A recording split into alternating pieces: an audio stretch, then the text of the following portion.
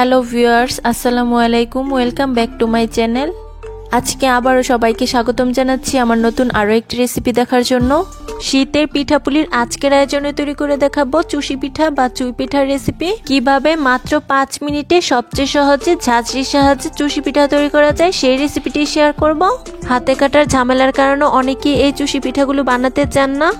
আমার আজকের রেসিপিটি দেখলে বাচ্চা থেকে বড় সকলেই কিন্তু চুষি পিঠা তৈরি করতে পারবে। তাই রেসিপিটি প্রথম থেকে লাস্ট পর্যন্ত দেখতে থাকুন। আশা করছি আমার আজকের পিঠার রেসিপি সবার কাছে অনেক ভালো লাগবে।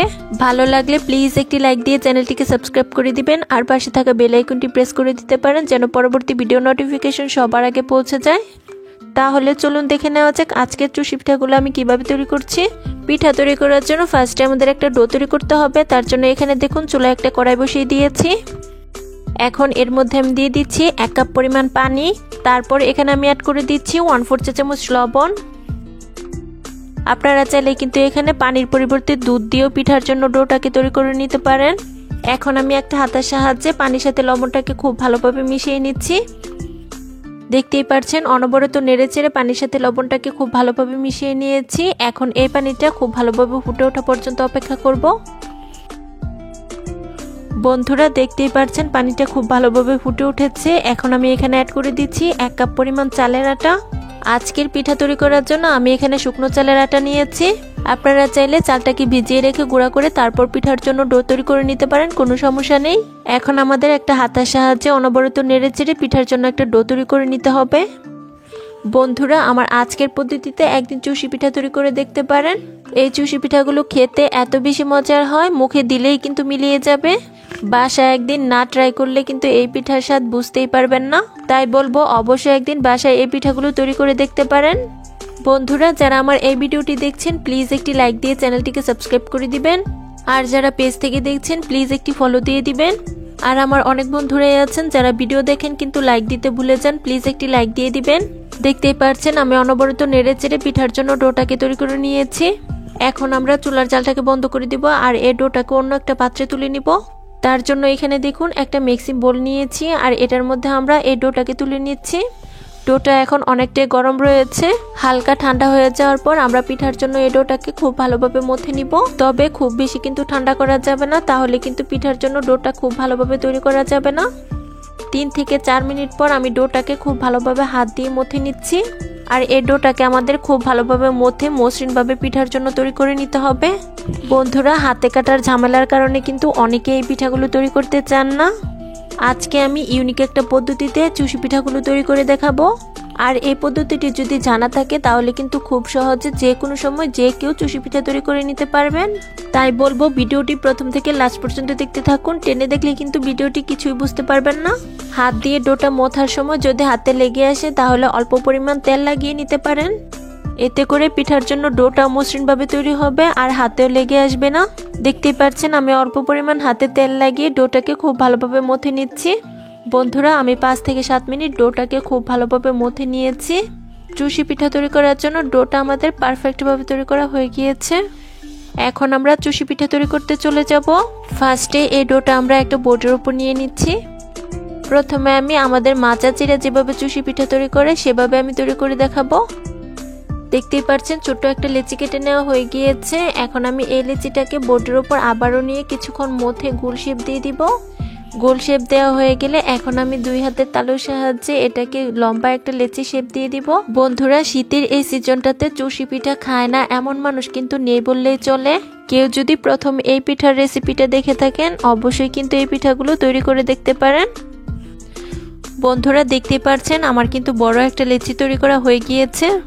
এখন এই লম্বা লেচি থেকে ছোট ছোট লেচি বোর্ডের উপর নিয়ে হাত দিয়ে আমি চুষি পিঠা তৈরি করে নিচ্ছি। সাধারণত চুষি পিঠা যেভাবে কাটা হয় সেভাবে আমি কিন্তু চুষি পিঠাগুলো তৈরি করে দেখিয়ে দিচ্ছি। এই পদ্ধতিতে চুষি পিঠা তৈরি করা আসলেই কিন্তু অনেক কঠিন। আমি অন্য একটা সহজ পদ্ধতিতে চুষি পিঠা তৈরি করে দেখাবো। সেই পদ্ধতিটা যদি জানা থাকে তাহলে কিন্তু যে কেউ খুব সহজে চুষি পিঠা তৈরি করে নিতে পারবেন। তাই ভিডিওটির সঙ্গেই থাকুন আর দেখতেই থাকুন আমি কিভাবে চুষি পিঠাগুলো তৈরি করছি। বন্ধুরা আমি এই পদ্ধতিতে একটা লেচি দিয়ে একটা পিঠাই কিন্তু তৈরি করে নিব আর বাকি সম্পূর্ণ ডো দিয়ে আমি অন্য একটা পদ্ধতিতে পিঠা তৈরি করে নিব। দেখতেই পাচ্ছেন লম্বা লেচি দিয়ে আমাদের সবগুলো চুষি কেটে নেওয়া হয়ে গিয়েছে। এখন আমরা নতুন পদ্ধতিতে চুষি পিঠাগুলো তৈরি করে নিব। তার জন্য এই ডো থেকে আমি বড় একটা লেচি কেটে নিচ্ছি। তারপর এখানে দেখুন আমি একটা চিকন ছিদ্রযুক্ত ঝাঁঝরি নিয়েছি। আর এই ঝাঁঝরিগুলো আমাদের সকলের বাসায় কিন্তু কম বেশি থাকে।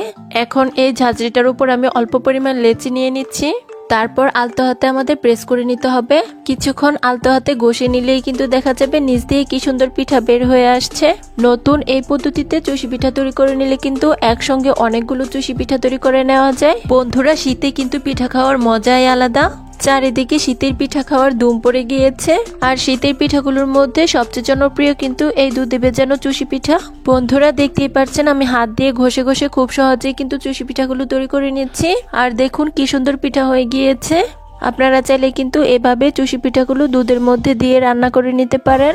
আর এই পিঠাগুলো খেতে এত বেশি মজার হবে, মুখে দিলেই কিন্তু মিলিয়ে যাবে।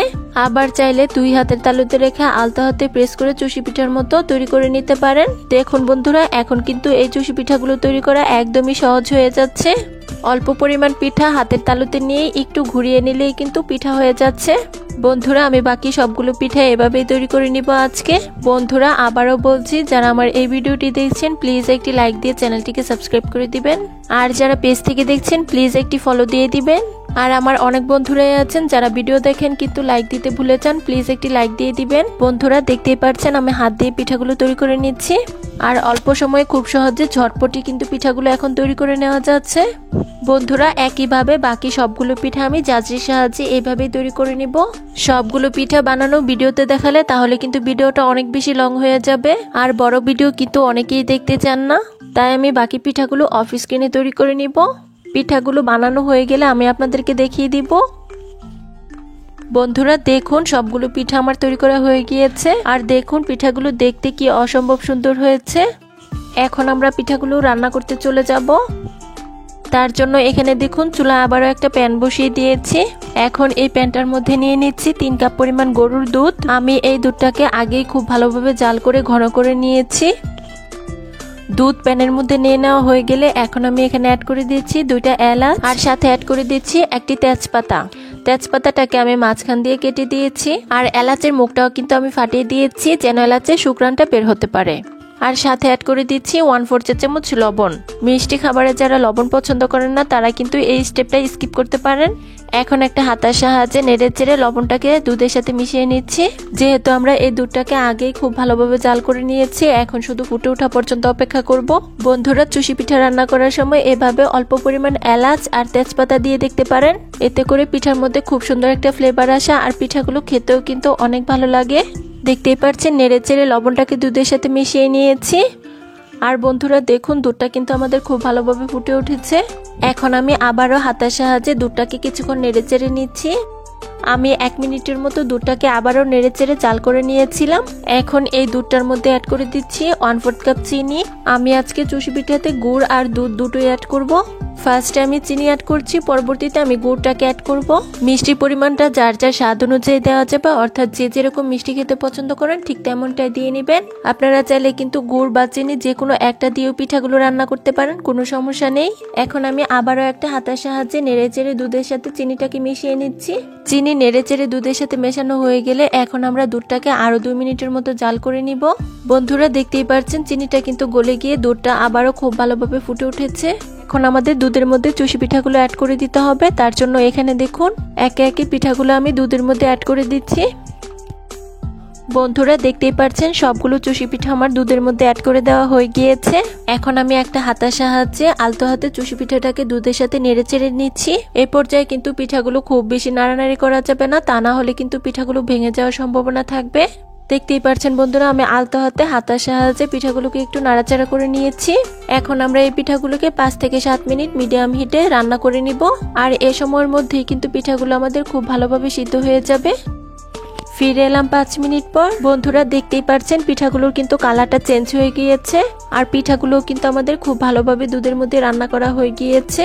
এখন আমরা পিঠার মধ্যে গুড় অ্যাড করে দিব। তার জন্য এখানে দেখুন খেজুরের গুড় অ্যাড করে দিচ্ছি 1/4 কাপ।